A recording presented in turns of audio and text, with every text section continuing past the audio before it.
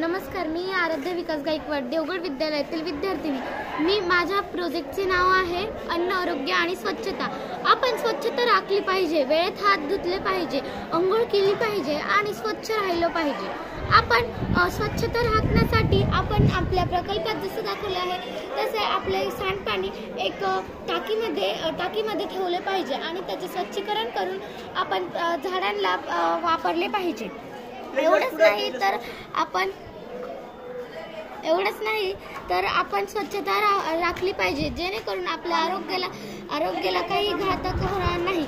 आणि आपण जर स्वच्छता राखली तर आपल्या आरोग्याला हानी होणार नाही। आपण स्वच्छ अन्न खाल्ले पाहिजे, पालेभाज्या खाल्ल्या पाहिजे। या चित्रामध्ये आपल्याला हे शहर जे आहे ते स्वच्छ दिसत नाही। आपण शहराप्रमाणे गावही स्वच्छ ठेवतो आणि गावाप्रमाणे शहर स्वच्छ ठेवले पाहिजे। गाव आपल्याला स्वच्छ दिसत आहे, डस्टबिन मध्ये व्यवस्थित कचरा दिसत आहे, इथे कचरा थोडासा पडलेला दिसत आहे आणि आपण स्वच्छता